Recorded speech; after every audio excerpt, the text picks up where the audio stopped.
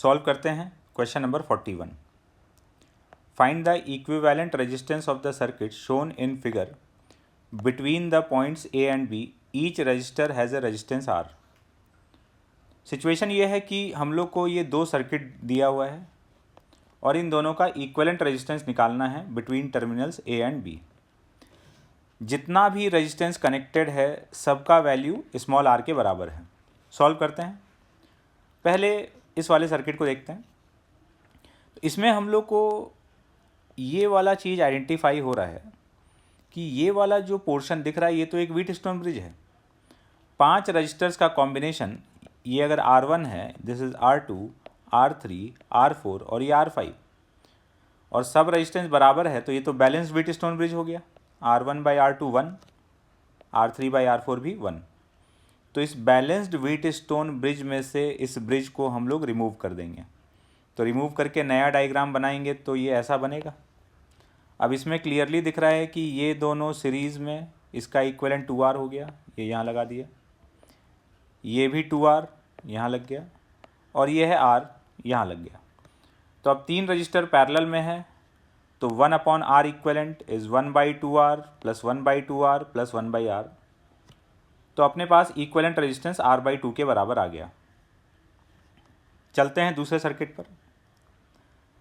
अब ये जो सर्किट हम लोग को दिख रहा है, इस सर्किट में बहुत सारा रेजिस्टेंस कनेक्टेड है। इसको सॉल्व करने के लिए हम लोग यूज़ करने वाले हैं सिमेट्री का। ये सिमेट्रिकल सर्किट है और हम लोग सिमेट्री का यूज़ करते हुए इसको सॉल्व कर सकते हैं। तो समझते हैं कैसे करना है।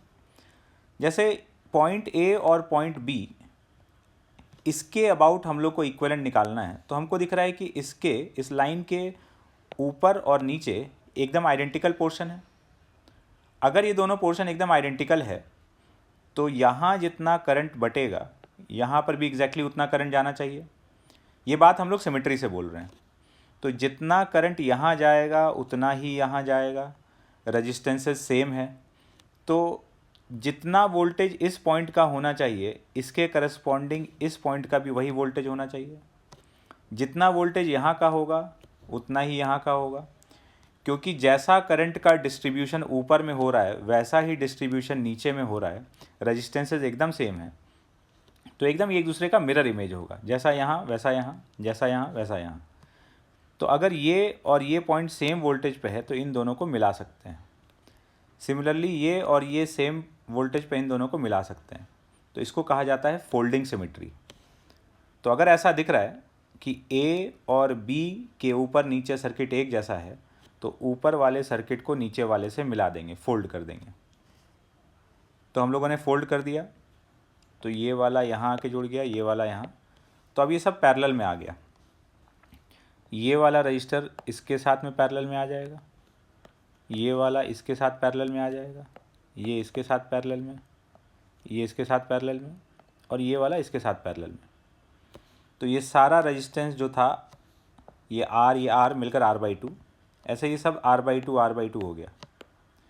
इन सब के साथ कोई ना कोई पैरेलल में जुड़ा है। बस ये दोनों रजिस्टर अकेला बच गया, इसके साथ कोई पैरेलल में कनेक्ट नहीं हुआ है। तो this is R, this is R। पहला स्टेप हम लोगों ने सिमेट्री का यूज़ किया। अब एक और यूज़ करेंगे स्टेप और ये सर्किट सॉल्व हो जाएगा। अब अगला स्टेप ये है कि जब यहाँ से करंट आएगा, सपोज़ I, तो यहाँ पर बटा I1 और यहाँ गया I2। तो कलेक्ट होते टाइम पर भी यहाँ पर इनपुट आउटपुट सिमेट्री है।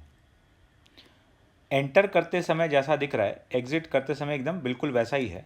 तो यहाँ पर अगर I1 गया है और यहाँ पर I2 गया है तो कलेक्ट होते टाइम पर यहाँ पर भी I1 आएगा और यहाँ पर भी I2 आएगा। अगर ऐसा है तो ये करंट तो सीधा निकल गया। I1 जो करंट आ रहा था वो ऐसे आया और यहाँ से सीधा सीधा चला गया।